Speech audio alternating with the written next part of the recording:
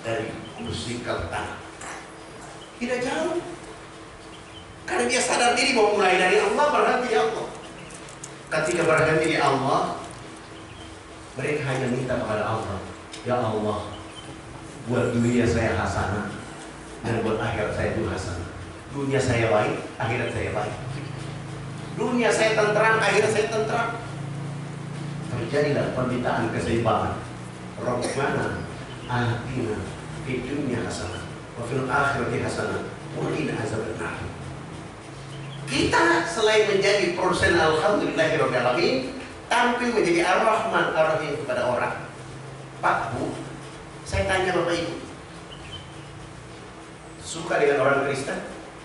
Suka dengan orang kafir? Semua orang mengatakan benci. Menurut saya keliru. Kenapa keliru?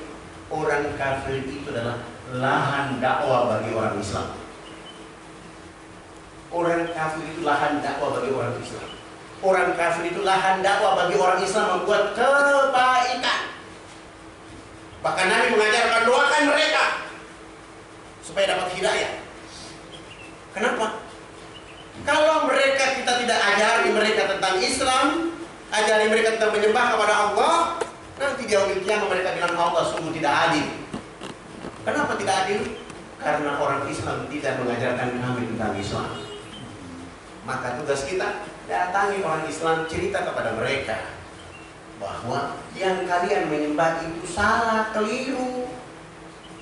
Penjelasan keliru salahnya harus dijelaskan dengan baik supaya mereka mengerti. Saya ketika tahun 92 diminta oleh teman-teman di Guangzhou, Cina untuk menyampaikan bagaimana strategi dakwah di kampung-kampung di wilayah mereka. Saya isi acara di Batam selesai dan saya tidak pakai gamis seperti begini. Saya pakai celana panjang, jaket dari Batam ke Singapura, beli tiket. Saya tunggu sahabat saya dari Malaysia, dari Sarawak.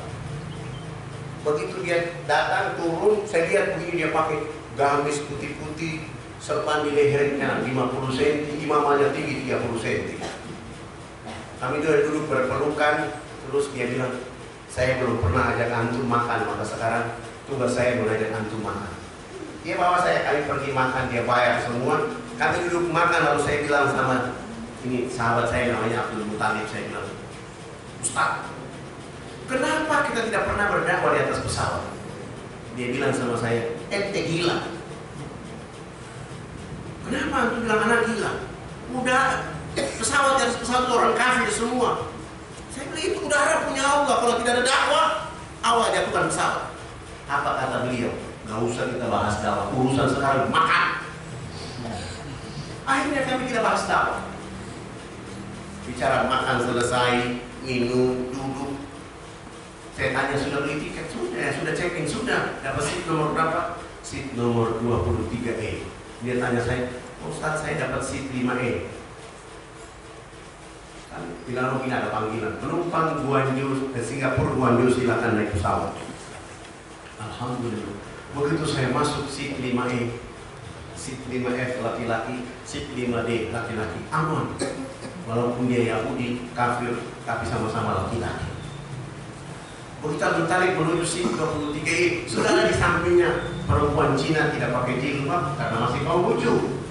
Begitu dia duduk, tidak lama perempuan Rusia bernama Katerina masuk, pakai pakaian kayak mau naik dari kolam renang. Begitu dia duduk, pesawat mau take off, Abdul Talib langsung menangis. Yang bertanya bukan perempuan Cina, tapi yang bertanya perempuan Rusia. Apakah Tuhan sakit Abdul Talib menangis dari kerasan? Datanglah pramugara dan pramugari, bahwa dokter periksa ternyata dia tidak sakit. Karena kami di atas pesawat itu panik karena melihat keadaan itu dan saya lihat ke belakang. Ternyata yang bersuara adalah kursi 23E. Saya mendatangi mereka dan saya bilang, oh ini orang tidak sakit. Ini orang menangis karena ada 3 hal yang dihadapi hari ini. Yang pertama, dia duduk dengan perempuan cantik tapi sayang. perempuan cantik akan menjadi kayu bakar di nerakanya Allah sehingga membuat dia menangis. Yang kedua, dia dulu dengan perempuan cantik, tapi perempuan cantik telah menghinakan dirinya dalam kehidupan dia, membuat dia menangis. Yang ketiga, dia dulu dengan perempuan cantik, tapi dia tidak bisa menyampaikan kalimat kebaikan kepada perempuan cantik ini sehingga dia menangis. Apa jawaban Katarina? Benarkah Tuhan menangis karena 3 hal ini? Abdul tadi mengatakan, iya, saya menangis karena 3 hal ini. Apa respon dari Katarina? Apakah Tuhan siap membimbing saya? Ternyata saya tanya, antum masih bujang ya? Ternyata saya tanya lagi, Katarina juga masih bujang. Saya bilang, terima tawaran itu. Alhamdulillah. Abdul Talib menerima tawaran, siap membimbing ini Katarina. Begitu kami tiba di Guangzhou, kami telepon panitia bahwa pakaian untuk menutup aurat ini perempuan Katarina. Kami bawa dia ke tempat acara, langsung mengucapkan 2 kalimat syahadat. Setelah mengucapkan 2 kalimat syahadat, langsung akad nikah dengan Abdul Talib. Hari ini Katarina dan suaminya menjadi pendakwah terbaik di kota Moskow, Rusia. Mereka yang mengajarkan bagaimana mendidik orang. Bahkan kalau nanti dia di CNN, dia selalu muncul dengan nama Khadijah, perempuan Rusia yang tampil mengatakan pentingnya hijab bagi perempuan dunia. Kemana-mana kita harus membagi kasih sayang dengan orang lain. Saya ada ketua Dewan Gereja Kabupaten Kaimana, namanya Pendeta Yansen Sasefa. Ketemu saya dan dia bilang, Pak Ustadz, saya nanti suatu saat melapor orang Islam di dunia kepada Komisi Hak Asasi Manusia Internasional. Kenapa kau berani lapor umat Islam di Komnas Internasional?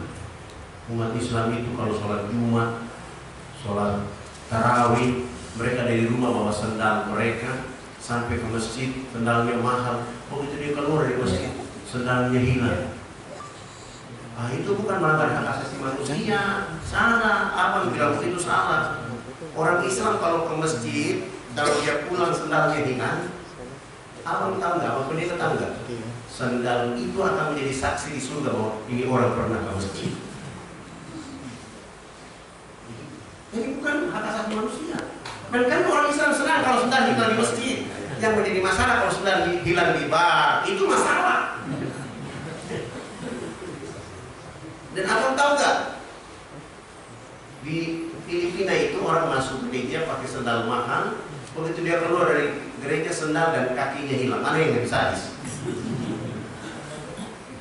Dan abang tahu nggak? Di Swedia, pendeta di atas sedang menyampaikan khotbah, di bawah orang berzina. Ini akan saya lapor ke hak asasi manusia. Dan saya kalau suatu saat diundang ke 8 kali ke Den Haag di Belanda, saya akan lapor seluruh orang Kristen di dunia. Kenapa kau laporkan umat Kristen? Yesus itu orang mulia, mendidik manusia dunia untuk taat kepada Allah. Kalian telanjangi dia, kalian siksa dia, kalian paku dia kalau kalian bikin ayat palsu bahwa Yesus meninggal di tiang salib, mati di tiang salib untuk menebus dosa manusia. Kalian tidak malu, itu kalian sedang melanggar hak asasi manusia di dunia. 3 hari kemudian dia ketemu saya, dia bilang, wah Pak Ustadz, betul ya apa yang Ustadz bilang. Iya, kami itu cinta kepada Yesus karena dia mendidik manusia untuk taat kepada Allah. Kalian menjadikan dia menjadi Tuhan, tapi kalian bilang dia mati di tiang salib. Kalau saya kasih contoh kepada dia, abang coba lihat.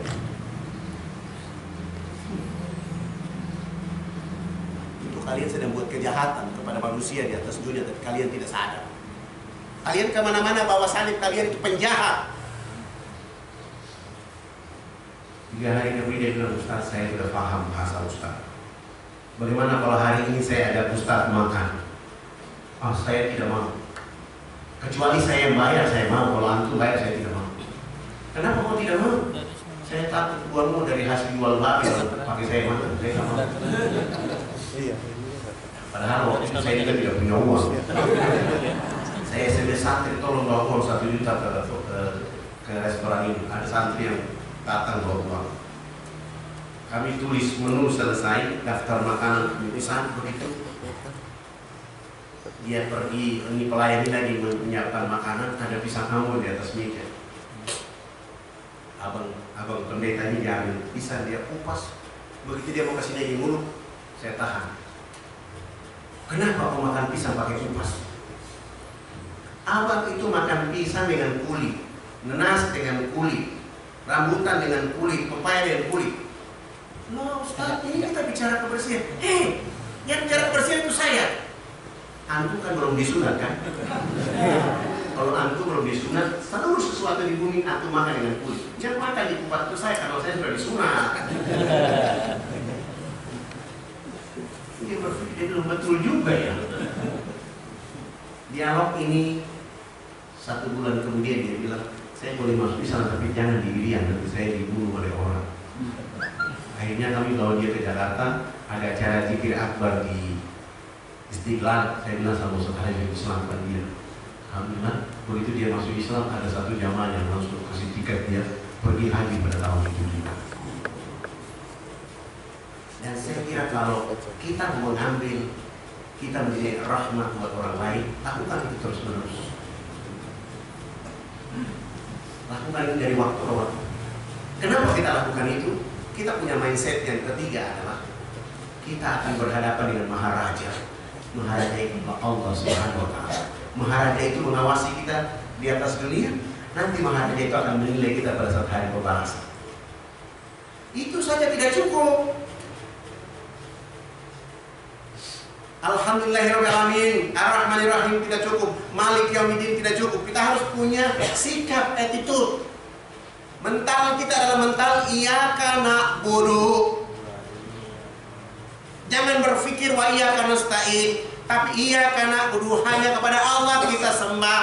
Mencintai karena Allah, ibadah karena Allah. Ada sesuatu apapun di atas dunia karena Allah. Hadapi istri yang cerewet karena Allah, hadapi suami yang galak karena Allah, hadapi anak-anak yang rebel karena Allah, hadapi tetangga yang rebel karena Allah, hadapi orang-orang yang menurut kita tidak suka, itu karena Allah. Kenapa? Iya, karena kita lakukan semata-mata ibadah kepada Allah. Setelah kita memiliki sikap mental iya karena berdoa, baru Allah akan kasih kita wa iya karena nasta'in. Permintaanmu, cita-citamu, hajatmu, apa yang kamu mau, apa yang kamu cita-cita, Allah akan berikan. Itu Allah akan kasih kalau kita punya behavior, perilaku. Apa itu perilakunya? Siratal mustaqim. Ada orang perilakunya buruk, nggak mungkin Allah kasih dia perjalanan yang baik. Perilaku siratal mustaqim itu hanya pada minan nabiyina wasidikina wasukada wasolihin an'amta alaihim. Dan subhanallah, ternyata hebat itu Allah. Al-Fatihah itu menjadi manajemen kepada manusia supaya mereka punya cara pandang, mereka punya sikap mental, dan mereka punya perilaku dalam hidup menjadi konteks yang diwarna hidup bagi orang lain. Sehingga walaupun kita dibenci, tetapi karena kita memiliki sikap seperti itu, dan ternyata Rasul Muhammad SAW manusia super yang menempatkan Al-Fatihah pada pribadinya, sehingga di mana-mana orang tidak suka dia tetap happy saja.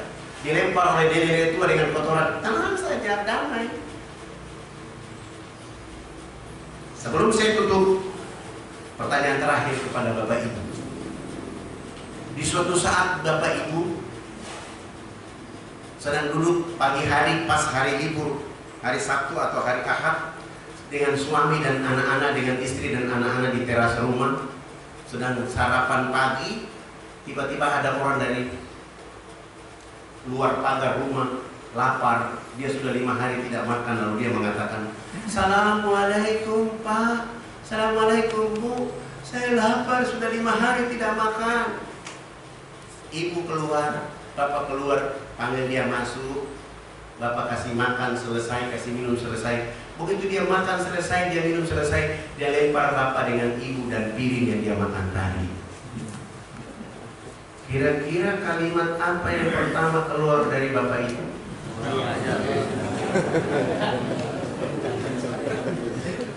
Kalimat apa? Yang benar. Yang benar.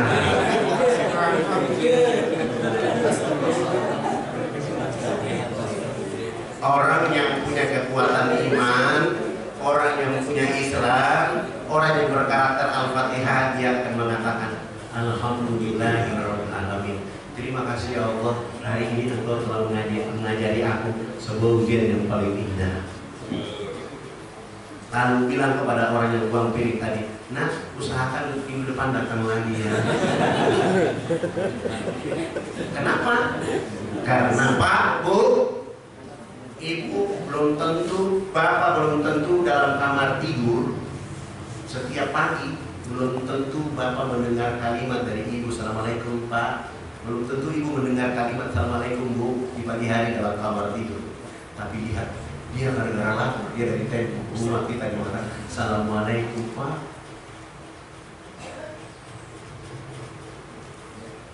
Belum tentu Ibu mendengar suaminya mengatakan Assalamualaikum dalam kamar tidur yang sama-sama di samping. Dan belum pernah ada ibu kasih bangun Bapak menjelang subuh, Assalamualaikum abang yang ganteng pergi ke sholat subuh. Nggak dilakukan, justru pakai kaki. Hei bangun, bangun, bangun. Tapi lihat, Allah kirim orang yang lapar di depan pagar. Saya lapar, begitu dia makan, dia lempar Bapak Ibu dengan piring. Alhamdulillah, jangan sampai hati ini kotor. Harus berlapar-lapar dengan keadaan itu. Karena itu tidak mengganggu akidah kita, tapi itu justru ujian untuk membuat keimanan kita menjadi kuat. Islam kita menjadi terapi terbaik. Sehingga kita menjaga, merawat takbir kita. Allahu Akbar, Allahu Akbar, Allahu Akbar. Sehingga kita tak perlu galau dengan keadaan itu. Itu yang hari ini jadi masalah, sehingga hari ini Republik ini terganggu oleh karena terbiasa dengan hal yang tidak cerdas. Sementara Rasul SAW 3 tahun di pagi hari menyuap orang miskin Yahudi yang buta lagi miskin. Begitu dia makan, dia bilang kepada Rasulullah, roti ini tidak enak, jangan kau ikuti agama Nabi Muhammad. Berapa lama Yahudi mengucapkan kalimat ini? 3 tahun setiap hari. Begitu Rasulullah wafat, Yahudi tidak mendapatkan roti yang enak. Tentang Abu Bakar Siddiq ingin melakukan itu. Begitu Abu Bakar menyuap roti ke dalam mulutnya, dia pukul tangan Abu Bakar, tanganmu kasar, roti ini tidak enak, jangan kau ikuti agama Nabi Muhammad. Abu Bakar menjawab, memang tanganku kasar, karena orang tangannya lembut 3 bulan yang silam dia telah wafat. Memang roti ini tidak enak, karena orang yang rotinya enak itu telah 3 bulan yang silam dia telah wafat. Yahudi itu sadar, iya ya, selama 3 tahun ada orang menyuap saya tangannya lembut, rotinya enak. Hari ini siapa orang yang kau maksudkan? Abu Bakar Siddiq menjelaskan, dialah orang selama ini yang kau katakan kepada dirinya, jangan kau ikuti agama Nabi Muhammad. Apa yang keluar dari lisan Yahudi yang buta lagi miskin? Asyhadu an la ilaha illallah wa asyhadu anna Muhammadar Rasulullah. Itu yang harus dibangun oleh kita. Justru hari ini tidak tercipta suasana itu, sehingga tumbuhlah di lingkungan kita aliran sesat, tumbuh di lingkungan kita ada liberal baru, tumbuh di lingkungan kita adalah faham-faham yang berusaha menggerogoti kita yang kita miliki. Maka marilah kita merawat iman kita, Islam kita dengan membuat diri bahwa kita adalah Muslim. Kita bukan siapa-siapa. Kita adalah Muslim yang dibawa oleh Rasul SAW. Kita adalah hamba Allah yang tampil di muka bumi menjadi kuntum khairu ummatin ukhrijat linnas. Kalau itu kita sudah miliki, maka kita kemana-mana pesan dakwah harus dilakukan oleh kita. Bapak Ibu yang dirahmati oleh Allah Subhanahu Wa Taala, saya kira itu yang bisa saya sampaikan. Saya tutup dengan saya mengajak Bapak Ibu semua ambil peran dakwah di setiap hidup kita. Saling mengingatkan itu penting. Ada bocoran dari surga kepada penduduk bumi. Ada rahasia Allah dari akhirat kepada orang di bumi. Bisa dilihat dalam surat 52 ayat 21. Orang beriman itu masuk surga satu keluarga. Orang beriman masuk surga sekeluarga. Dari mana keluarganya? Mulai dari uyutnya sampai cecetnya mereka masuk surga. Kenapa? Waktu uyutnya hidup, dia ingatkan anaknya, anaknya ingatkan anaknya lagi, anaknya ingatkan anaknya lagi, anaknya ingatkan, sampai turun ke anaknya ingatkan cucunya.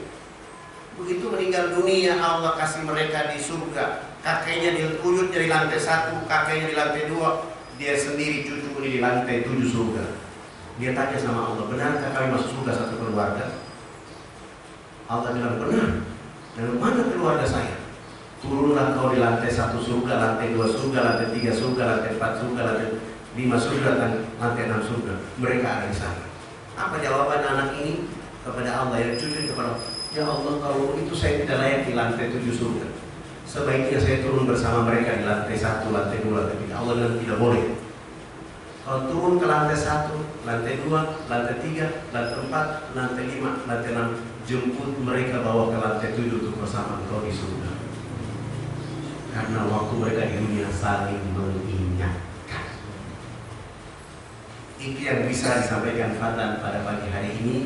Mohon maaf kepada jamaah karena saya hampir sudah diminta 2 bulan lebih saya tidak datang karena ada tugas lain di Irian, dan undangan berikutnya saya pas mengangkat kepala suku Komoka, saya tidak sempat. Dan hari ini saya sudah minta sama guru saya bahwa kalau bisa tetapkan tanggal 30 karena waktu saya longgar di saat itu, saya bisa datang subuh-subuh. Alhamdulillah kami tadi malam dengan teman-teman berkumpul di Sutra Alam untuk bicara strategi dakwah di Tangerang, dan pagi hari saya bisa kesini. Sehingga ketika saya minta dijemput saya tidak mau, dan saya punya kebiasaan setiap orang yang mengundang saya tidak boleh jemput saya datang sendiri. Kenapa saya datang sendiri? Kalau Bapak jemput saya berarti Bapak Ibu mengambil lahan amal itu. Bapak jadi produsen, alhamdulillah saya tidak dapat apa-apa. Saya harus datang sendiri sehingga tidak perlu was-was. Alhamdulillah pagi hari ini saya bisa bersilaturahmi di sini.